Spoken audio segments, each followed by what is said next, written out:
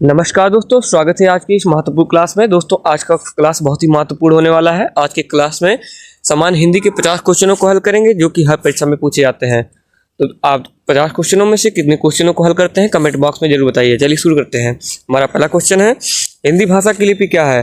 दोस्तों हिंदी भाषा की लिपि क्या होती है? तो दोस्तों हिंदी भाषा की लिपि देवनागरी होती है। Right answer option number C. अगला प्रश्न है दोस्तों, आरंभ का विलोम शब्द है। दोस्तों आरंभ का विलोम शब्द क्या होता है? तो दोस्तों आरंभ का मतलब होता है शुरू होना, तो इसका उल्टा लिखना है तो इसका अंत हो जाएगा। राइट आंसर हो जाएगा ऑप्शन नंबर ए।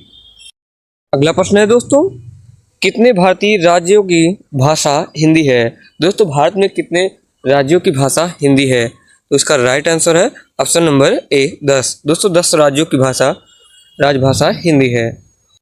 अगला प्रश्न है दोस्तों, बहुत ही इंपॉर्टेंट प्रश्न है दोस्तों, हिंदी को भारत की राजभाषा के रूप में कब स्वीकार किया गया। दोस्तों हिंदी को भारत की राजभाषा के रूप में कब स्वीकार किया गया? तो दोस्तों 14 सितंबर 1949 को हिंदी को भारत की राजभाषा के रूप में स्वीकार किया गया था। राइट आंसर हो जाएगा ऑप्शन नंबर सी। अगला प्रश्न है दोस्तों, आज संचार के माध्यम में हिंदी भाषा का किस रूप से प्रयोग होता है। दोस्तों आज संचार के माध्यम में हिंदी भाषा का किस रूप में प्रयोग होता है? तो इसका राइट आंसर है ऑप्शन नंबर सी, मानक रूप में। दोस्तों हिंदी भाषा का प्रयोग बहुत ही अधिक रूप से हो रहा है। इसका right answer option number C. अगला प्रश्न है दोस्तों, मानक हिंदी में पश्चिमी हिंदी की किन ध्वनियों का लोप हो गया है।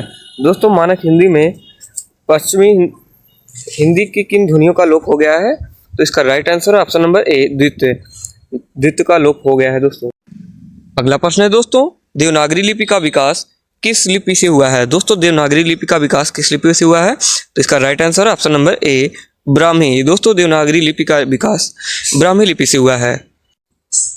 अगला प्रश्न है दोस्तों, आधुनिक भारतीय भाषाओं का विकास किस भाषा से हुआ है। तो दोस्तों आधुनिक भारतीय भाषाओं का विकास अपभ्रंश से हुआ है। राइट आंसर हो जाएगा ऑप्शन नंबर बी। अगला प्रश्न है दोस्तों, भाषा का निर्माण किस किस संयोग से होता है। दोस्तों भाषा का निर्माण ध्वनि और चिन्हों के द्वारा होता है। तो राइट आंसर हो जाएगा ऑप्शन नंबर सी। अगला प्रश्न है दोस्तों, निम्नलिखित में से कौन भाषा का अंग नहीं है। दोस्तों निम्न से कौन सा भाषा का अंग नहीं है? तो इसका राइट आंसर है ऑप्शन नंबर डी, लेख। दोस्तों लेख भाषा का अंग नहीं है। अगला प्रश्न है दोस्तों, भाषा शब्द की उत्पत्ति किस धातु से हुई है। दोस्तों भाषा शब्द की उत्पत्ति संस्कृत के भाष शब्द से हुई है। Right answer option number C. अगला प्रश्न है दोस्तों, हिंदी की उपभाषाओं की संख्या कितनी है। दोस्तों हिंदी की उपभाषाओं की संख्या 5 होती है। राइट आंसर हो जाएगा option number D. Next question दोस्तों, दांत का पर्यायवाची शब्द है। दोस्तों दांत का पर्यायवाची शब्द क्या होता है? हमारे ऑप्शंस हैं, ऑप्शन ए दाढ़िम, ऑप्शन बी है दंत, ऑप्शन सी दसन, ऑप्शन डी है रदन। तो दोस्तों इसका राइट आंसर है ऑप्शन नंबर बी, दंत। दांत का पर्यायवाची शब्द दंत होता है दोस्तों। अगला प्रश्न है दोस्तों, घोड़ा का पर्यायवाची शब्द नहीं है। दोस्तों इनमें से घोड़ा का पर्यायवाची शब्द कौन सा नहीं है? हमारे ऑप्शन है, ऑप्शन ए अश्व, ऑप्शन बी है घोटक, ऑप्शन सी है, ऑप्शन डी कटक। तो दोस्तों इसका राइट आंसर है option number D, Cuttack. Cuttack घोड़ा का पर्यायवाची नहीं है दोस्तों, जबकि कटक सेना का पर्यायवाची होता है। राइट आंसर हो जाएगा ऑप्शन नंबर डी। अगला प्रश्न है दोस्तों, कमल का पर्यायवाची शब्द नहीं है। दोस्तों इनमें से कमल का पर्यायवाची शब्द कौन सा नहीं है? हमारे ऑप्शन है, ऑप्शन ए नालिन, ऑप्शन बी है रसाल, ऑप्शन डी है उत्पल, ऑप्शन डी है राजीव। तो दोस्तों इसका राइट आंसर है ऑप्शन नंबर बी, रसाल। दोस्तों रसाल आम का पर्यायवाची है, इसलिए राइट आंसर हो जाएगा ऑप्शन नंबर। अगला प्रश्न है दोस्तों, गणेश का पर्यायवाची शब्द है। दोस्तों गणेश का पर्यायवाची शब्द क्या होता है? हमारे ऑप्शन है, option A Naresh, option B है Suresh, option C Gajanan, option D है दिनेश। तो दोस्तों इसका राइट आंसर है ऑप्शन नंबर सी, गजानन। दोस्तों गणेश का पर्यायवाची शब्द गजानन होता है। अगला प्रश्न है दोस्तों, दिल्ली किस प्रकार की संज्ञा है। दोस्तों दिल्ली किस प्रकार की संज्ञा है? हमारे ऑप्शन हैं, ऑप्शन ए जातिवाचक, ऑप्शन बी है व्यक्तिवाचक, ऑप्शन सी है भाववाचक, ऑप्शन डी है द्रव्यवाचक। दोस्तों इसका राइट आंसर हो जाएगा ऑप्शन नंबर बी, व्यक्तिवाचक। अगला क्वेश्चन है दोस्तों, उपकार का विलोम शब्द है।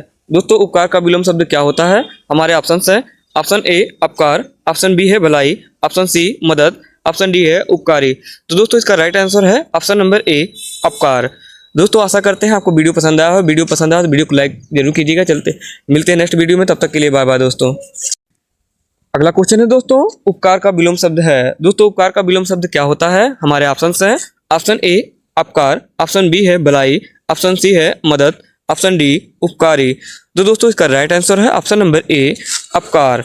दोस्तों उपकार का विलोम शब्द अपकार होता है। दोस्तों आशा करते हैं वीडियो आपको पसंद आया। वीडियो पसंद आया तो वीडियो को लाइक जरूर कीजिएगा। मिलते हैं नेक्स्ट वीडियो में, तब तक के लिए बाय बाय दोस्तों। अगला प्रश्न है दोस्तों, शिक्षा किस प्रकार का शब्द है? दोस्तों शिक्षा पर किस प्रकार का शब्द है? हमारे ऑप्शन है ऑप्शन ए तद्भव, ऑप्शन बी है तत्सम, ऑप्शन सी है तेजस, ऑप्शन डी है विदेशी। दोस्तों हमारा राइट आंसर है ऑप्शन नंबर बी तत्सम। शिक्षा तत्सम शब्द है, राइट आंसर हो जाएगा ऑप्शन नंबर। अगला क्वेश्चन है दोस्तों, वर्षा का तद्भव रूप क्या है? दोस्तों वर्षा का तद्भव रूप क्या होता है? हमारे ऑप्शन है ऑप्शन ए वर्ष, ऑप्शन बी है वृष्टि, ऑप्शन सी है बरसात, ऑप्शन डी है जल। तो दोस्तों इसका राइट आंसर है ऑप्शन नंबर सी बरसात। वर्षा का तद्भव रूप बरसात होता है, राइट आंसर हो जाएगा ऑप्शन नंबर सी। अगला प्रश्न है दोस्तों, अग्नि किस प्रकार का शब्द है? दोस्तों अग्नि किस प्रकार का शब्द है? हमारे ऑप्शन है ऑप्शन ए तद्भव, ऑप्शन बी है तत्सम, ऑप्शन सी है तेजस, ऑप्शन डी है विदेशी। तो दोस्तों इसका राइट आंसर है ऑप्शन नंबर बी तत्सम। अग्नि तत्सम शब्द है, right answer option number B. अगला प्रश्न है दोस्तों, स्वरों की संख्या कितनी है? दोस्तों हिंदी वर्णमाला में स्वरों की संख्या कितनी होती है? हमारे ऑप्शन है ऑप्शन ए 10, ऑप्शन बी है 11, ऑप्शन सी है 12, ऑप्शन डी है 13। तो दोस्तों हिंदी वर्णमाला में स्वरों की संख्या 11 होती है, राइट आंसर हो जाएगा ऑप्शन नंबर बी।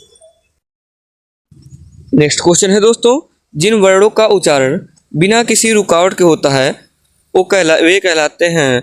दोस्तों जिन वर्णों का उच्चारण बिना किसी रुकावट के होता है उन्हें हम क्या कहते हैं? हमारे ऑप्शन है ऑप्शन ए व्यंजन, ऑप्शन बी है स्वर, ऑप्शन सी है संयुक्त, ऑप्शन डी है अस्पर्श। तो दोस्तों इसका राइट आंसर है ऑप्शन नंबर बी स्वर। जिन वर्णों का उच्चारण बिना किसी रुकावट के होता है उन्हें हम स्वर कहते हैं दोस्तों, राइट आंसर हो जाएगा ऑप्शन नंबर बी। अगला प्रश्न है दोस्तों, दीर्घ स्वर कितने होते हैं? दोस्तों दीर्घ स्वर कितने होते हैं? हमारे ऑप्शन है ऑप्शन ए 5, ऑप्शन बी है 6, ऑप्शन सी है 7, ऑप्शन डी है 8। दोस्तों हमारा राइट आंसर हो जाएगा ऑप्शन नंबर सी 7। दोस्तों दीर्घ स्वर 7 प्रकार के होते हैं। अगला प्रश्न है दोस्तों, व्यंजन के मुख्य रूप से कितने भेद होते हैं? दोस्तों व्यंजन के मुख्य रूप से 3 भेद होते हैं, स्पर्श, अंतस्थ और ऊष्म, राइट आंसर हो जाएगा ऑप्शन नंबर बी। अगला प्रश्न है दोस्तों, जिन वर्णों के उच्चारण में वायु रुकावट निकलती है वे कहलाते हैं।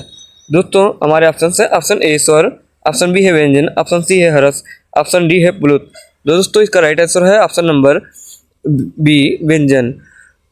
व्यंजन का उच्चारण करते समय वायु रुकावट होता है इसलिए। अगला प्रश्न है दोस्तों, जिन वर्णों के उच्चारण में वायु रुकावट के साथ निकलती है वे कहलाते हैं। दोस्तों हमारे ऑप्शन है ऑप्शन ए स्वर, ऑप्शन बी है व्यंजन, ऑप्शन सी है हर्ष, ऑप्शन डी है प्लुत। तो दोस्तों इसका राइट आंसर है ऑप्शन नंबर बी व्यंजन। व्यंजन का उच्चारण करते समय वायु रुकावट के साथ निकलती है इसलिए right answer option number B.